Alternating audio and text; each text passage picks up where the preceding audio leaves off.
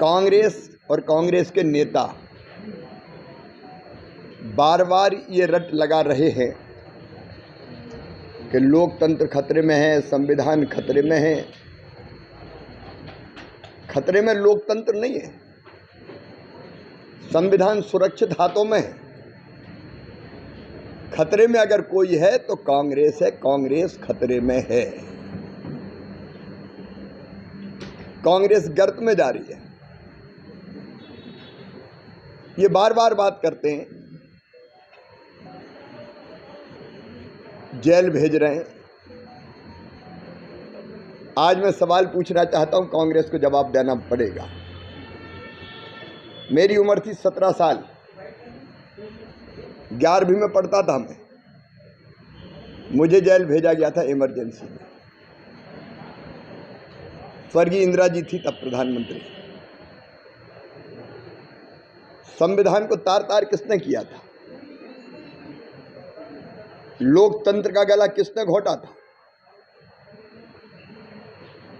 केवल नेताओं को नहीं, मासूम बच्चों को जेल में किसने भेजा था?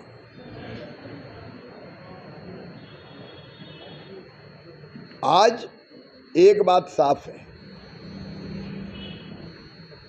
पहले यह धारणा रही होगी कि नेता कोई कितना बड़ा भी अपराध कर दे, भ्रष्टाचार कितना ही कर ले, उसके खिलाफ कोई कार्रवाई नहीं होगी। धारणा बन गई थी जनता की। लेकिन ये भारतीय जनता पार्टी का शासन है, प्रधानमंत्री श्री नरेंद्र मोदी जी है।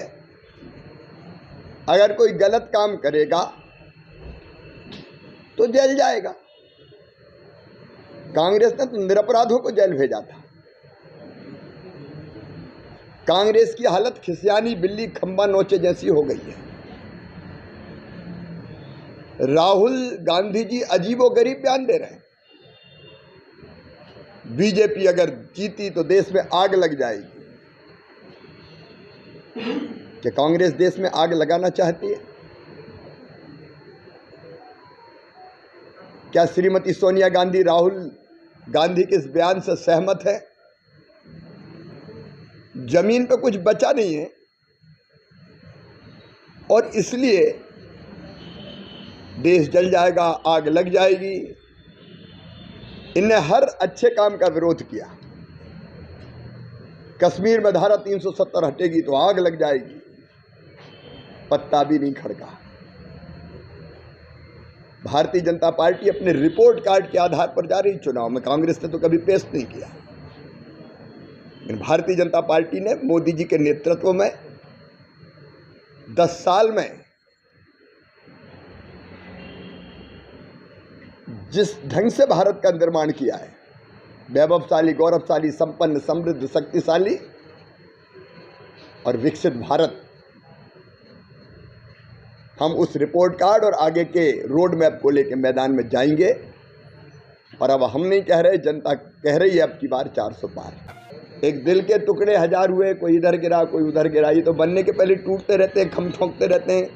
आप संजय निरुपम के बयान पढ़ लो, आप उद्धव ठाकरे जी के बयान पढ़ लो, आप ममता जी की दहाड़ सुन लो। कांग्रेस को देख के आपस में ही भिड़े हैं। नीति, नेता, नेतृत्व कुछ भी इनके पास नहीं है और नीयत भी ठीक नहीं है। ये तो समान स्वार्थों के आधार पर मारे जाएंगे तमाम भ्रष्टाचारी, इसलिए इकट्ठे हो जाओ, इसलिए एक हो रहे हैं। इनके दिल कभी एक नहीं थे, न विचार एक। भारतीय जनता पार्टी पुनर्निर्माण का आंदोलन है, राष्ट्रीय पुनर्निर्माण का, देश को बनाने का, जनता के कल्याण का। और जो अपने देश की सेवा करना चाहता है, वो भारतीय जनता पार्टी में आना चाहता है, तो भारतीय जनता पार्टी उनका स्वागत करती है। कांग्रेस के पास कोई आधार नहीं है। उनके वादे झूठे जो कभी पूरे नहीं होते। भारतीय जनता पार्टी दोनों चीज़, एक तरफ जो काम हमने किए हैं वो, और दूसरी तरफ विकसित भारत का रोड मैप लेके हम जनता के बीच में जाएंगे। मैनिफेस्टो पर काफ़ी काम हो रहा है और खुशी की बात ये, प्रधानमंत्री जी ने अपील की लोगों से कि सुझाव दें। हमारे पास हजारों सुझाव आए हैं, उनका अध्ययन हो रहा है और जल्दी सुविचारित, और केवल सुविचारित मैनिफेस्टो नहीं होगा, उसको ज़मीन पर उतारने का अब पता नहीं जीतू भाई कैसा जादू करते हैं कि लोग गायब हो जाते हैं। छिंदवाड़ा वाले भी गायब होते होते रह गए। कांग्रेस में कौन बचेगा इसका कोई ठिकाना मुझे लगता नहीं है। अब वो ढूंढे कहाँ हैं उमंग जी। सर, भूपेश बघेल ने 300 से ज्यादा नॉमिनेशन करा दिए हैं सीट पर। दिग्विजय सिंह भी वो बयान दे रहे हैं कि 400 से ज्यादा अगर नामांकन हो गए तो बैलेट पेपर से ये हार की पूर्व भूमिका तैयार की जा रही है। उनको पता है कि ना तो वो मध्य प्रदेश में कोई सीट जीत रहे हैं और ना छत्तीसगढ़ में कोई सीट जीत रहे हैं।